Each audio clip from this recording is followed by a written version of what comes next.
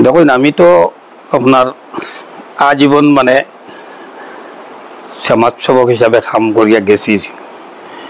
আর রাজনীতিকর ব্যাপারে প্রায়ত হজরত মৌলানা আল্লামা আব্দুল জলিল রাজীবী সাহেব বর ইন্তেকালৰ পিছত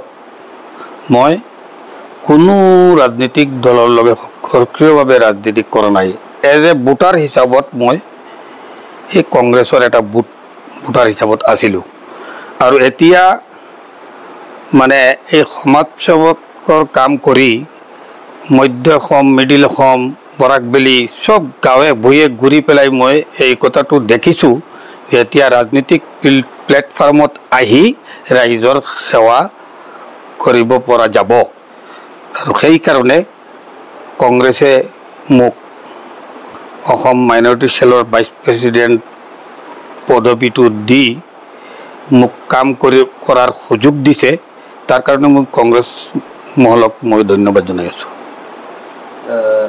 আপুনি পূৰ্বতে কোনো সক্ৰিয় ৰাজনৈতিক দলৰ লগত জড়িত আছিল মই আপোনাক একেটাই কথা ক'লোঁ মই আজীৱন ভোটাৰ আছিলোঁ কংগ্ৰেছৰ আৰু জীৱনে মোৰ কোনো পাৰ্টিৰ এটা মেম্বাৰো এটা মোক কোনোবাই দেখাব নোৱাৰিব যে মানে পাৰ্টিৰ এটা মেম্বাৰ বুলি মই কেনেকৈ কোনো সক্ৰিয় ৰাজনীতি কোনোদিন কৰা নাই বিজেপিৰ সদস্য বুলি সমালোচনা কৰে মানে মোৰ এইটো মহল খোলা আপুনি জানে ইয়াত মানে বিজেপিৰ মানুহ আহে কংগ্ৰেছৰ মানুহ আহে ইয়াত মানে সৰ্বদলীয় মানুহ আহে হিন্দু মুছলিম ধৰ্ম নিৰ্বিশেষে মন্দিৰৰ কামতো মোক যেতিয়া আহে মানে মই মন্দিৰৰ কামতো মই সেৱা আগবঢ়াই দিওঁ ভৱিষ্যত পৰিকল্পনা কি লোকসকলৰ বাবে কি কৰিব বিচাৰে ভৱিষ্যত পৰিকল্পনা হ'ল মানে শংকৰ আজানৰ দেশৰ যিটো মিলনভূমিত মানে মানুহৰ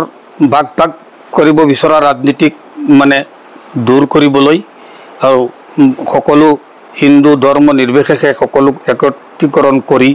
মানুহক মানে মিলাপ্ৰীতিৰ মহব্বতত মানে জীয়াই থকাৰ